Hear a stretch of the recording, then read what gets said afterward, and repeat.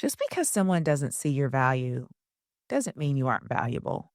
That thought popped into my head one day without warning, and it gave me significant pause. Not because it was revolutionary, but because it was obvious, and because I haven't been living like it's true.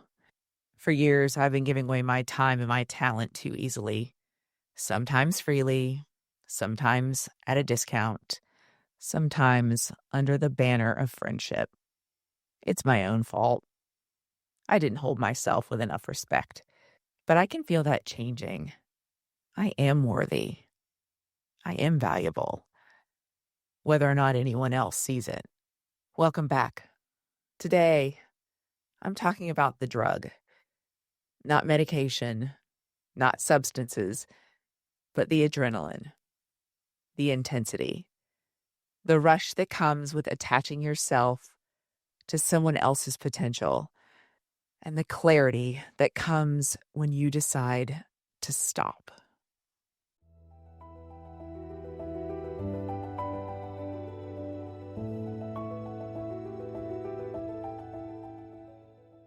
Looking for external acceptance is baked into ADHD-related demoralization.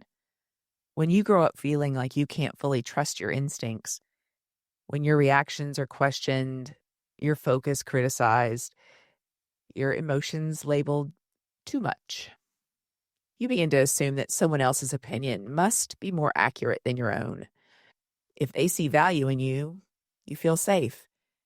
If they don't, you question yourself. That is a dangerous way to live because it turns other people into mirrors. And if the mirror distorts, so do you. One of my gifts is reading authenticity. I can see it so quickly. I've honed that skill for years. But sometimes, when I want to believe someone has good intentions, I mute that instinct. I override it. And that makes me easy to use. Not because I'm naive, but because I'm hopeful. One of my favorite things in the world is creating brands. I'm exceptional at it. I can say that now without flinching. The newness of a challenge, collecting the data, understanding the audience, crafting the voice, allowing the circuits of my brain to light up like fireworks, and then watching an idea go from concept to reality, seeing a vision materialize in public space. It's thrilling. But some of those brands were built under the illusion of partnership, under the warmth of connection, under the promise of shared momentum. Generosity shouldn't feel like rejection. Kindness shouldn't turn into distrust. And yet, sometimes it does.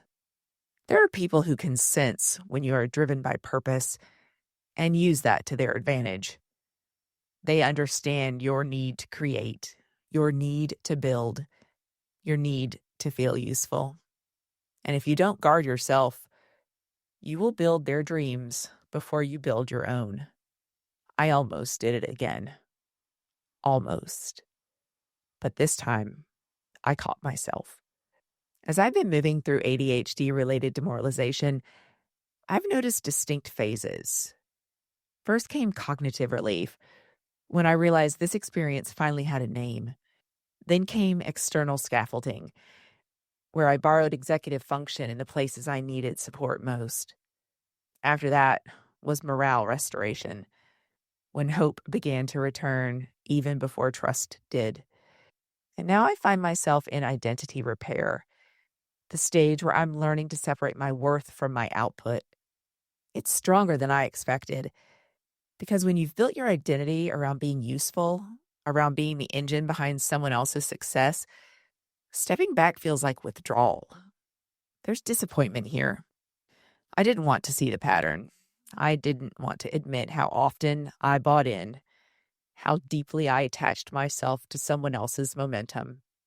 But recognizing it means I'm close to the next stage, where I rebuild my self-trust, not proving myself through intensity or adrenaline, but proving myself through awareness. When I get excited about an idea, it's electric. It floods my body. It makes the world sparkle. It convinces me that this is the thing. This is the path.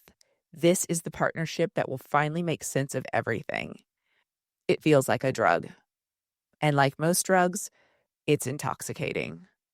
But it isn't always real. It's intensity, not stability. It's imagination racing ahead of evidence. For years, I chased that feeling. I was Alice following the white rabbit, urgent, breathless, convinced something extraordinary was just ahead. Now, even when every cell in my body wants to run, I can pause. I can observe. I can ask, is this aligned with what I really want, or is this adrenaline? That ability to pause is new, and it's powerful. This stage requires practice. It requires watching myself without condemning my actions. It requires stepping back and seeing the event from a distance instead of spiraling inside it. I don't need to punish myself for being enthusiastic. I don't need to shame myself for being generous. But I do need boundaries. Changing patterns will let my confidence rise in a way intensity never could. My hope is that I won't need a cape to feel worthy anymore. I won't need to rescue. I won't need to build someone else's empire. I won't need to perform value to prove I have it. I'll be worthy on my own. And that's a different kind of power. I'll be back soon. Until then, give yourself grace. You've been listening to Demoralized with Molly Kellogg-Schmauch.